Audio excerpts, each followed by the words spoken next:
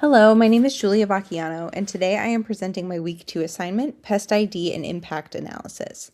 We'll look at a few examples of plant damage on leaves and talk about what has caused this damage, how we can tell what's caused this damage, and what kind of impact that can have on farmers, gardeners, or anyone else who wants to keep their plants pest-free.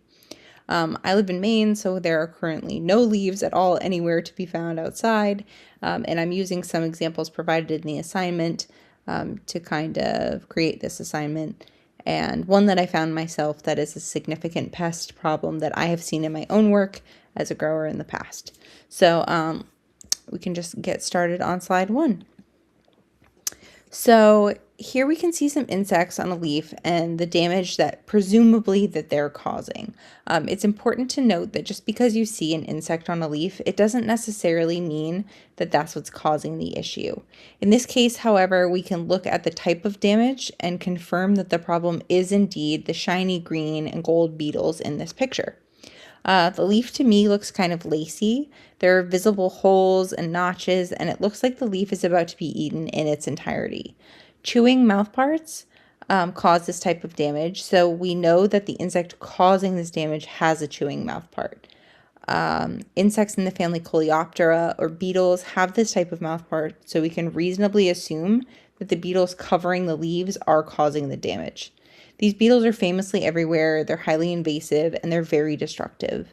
The damage on this leaf is being caused by these Japanese beetles. So Japanese beetles are polyphagous, meaning they feed on multiple different plants. They're not specific to one crop. Because of this, they're highly destructive and they need to be managed, especially in commercial vegetable or ornamental plant agriculture. Adults can feed on the leaves and the fruit of a plant, and larvae in the soil can damage both the stems and the roots of plants. The grubs are particularly damaging, and we hear about them a lot on turf and athletic fields, golf courses, and this leads to heavy inputs of chemical pesticides. These areas are kind of near and dear to people's hearts. They're highly lucrative, and although that I don't necessarily agree with using chemicals on these kind of sites, a lot of people do, and they're allowed to, so it can cause a lot of heavy inputs for turf applications. They cause both quantitative and qualitative damage. There's an estimated cost for control of Japanese beetles in the U.S. exceeds $460 million per year, especially on high-value ornamental loss like golf courses. Potential loss of employment for farmers and gardeners if these Japanese beetles do get out of control, and export losses if infestation limits sales. So if there's a place where Japanese beetles are not highly prevalent pests, imports to those places, even if it's state to state, might be diminished. So there might be indirect economic sectors that are impacted by high density of Japanese beetle populations. There's also qualitative loss, meaning major yield reduction in crops like soy, corn, grapes, stone fruit, soft fruit, and turf. Again, agricultural yield, quality loss, crop replacement for damaged plants in vineyards and orchards. Prevention and netting can be highly expensive, but also qualitative loss if the plants are not able to grow through that netting. They're going to have smaller yields. And then there are environmental costs of control, like I had mentioned with pesticides earlier. So Japanese beetles, highly destructive, and that would be what's causing this plant damage.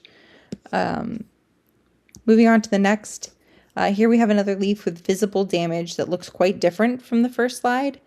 The damage here is mottled and it's stippled across the entire leaf. We can't see any flowers, but if this picture were a full plant, we would take a look at the flowers to see if that damage extends to the other parts of the plant.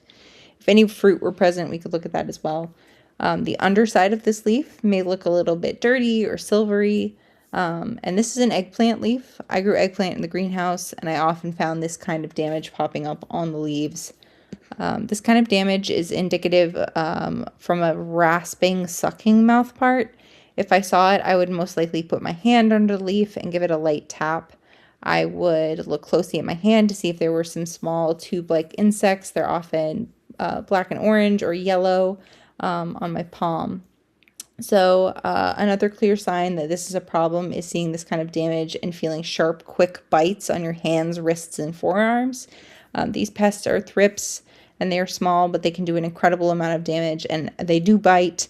I have had great luck with beneficial predatory mites on thrips, and not much else. Really, chemical mitigation has had less impacts than beneficials for me personally, and I've had really good success on eggplant, especially in tomatoes, with thrips and beneficials.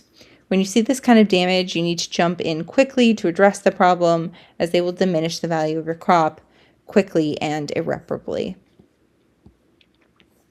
So thrips have the potential to have major impacts to farms, crops, and even the U.S. food system at large.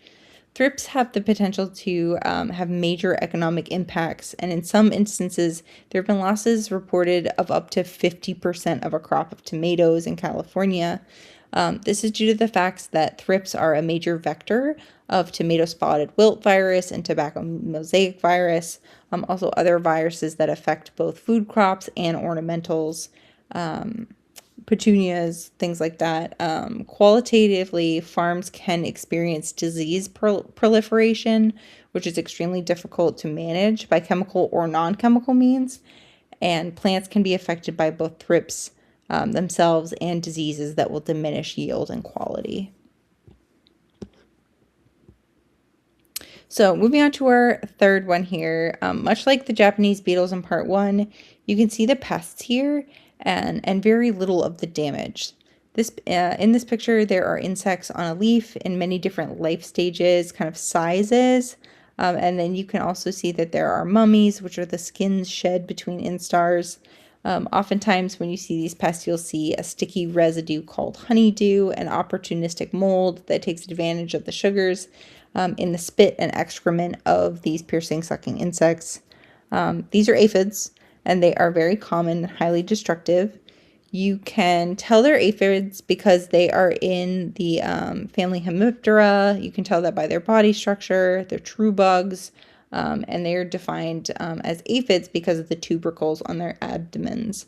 They're small and clustered on the bottom of the leaf, the underside of the leaf there.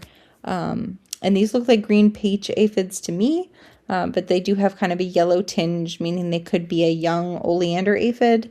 There's no black on their antenna, legs, or rear tubercles, so that makes me feel like we are looking at green peach aphids here, but I'm not sure. They feed on plant sap, and piercing, sucking mouth parts often cause damage that's less visible, such as wilting, yellowing, or transmission of plant viruses. So looking at the impact of aphids, aphids are a major economic pest and are ubiquitous in the United States. There's many different species and they are everywhere. They can cause similar disease issues to those stated in my previous slide about thrips. Economy-wide losses in Texas due to aphids totaled 513 jobs and $169 million in economic output, including a direct loss of $78 million to farms and farm-related industries from 2014 to 2016. Sugarcane aphids are particularly impactful for Texas and its agricultural sector.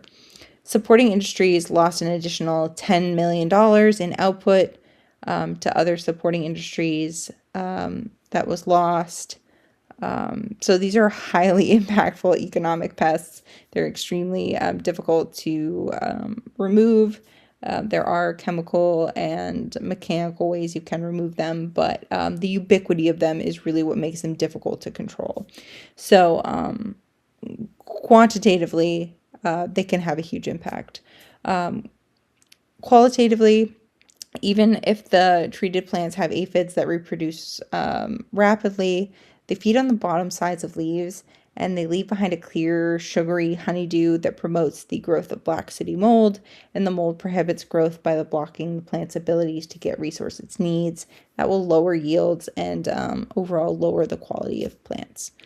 Here there is two different insects on the screen. They look a little bit different. One of them is a winged aphid, and that is kind of a male aphid that's produced from a female aphid when they need to go find a new source of food. Oftentimes this can be a reaction to insecticide use. But that's not really what this assignment is about. So thank you so much for listening. Here is my references. Here are my references, and I appreciate it.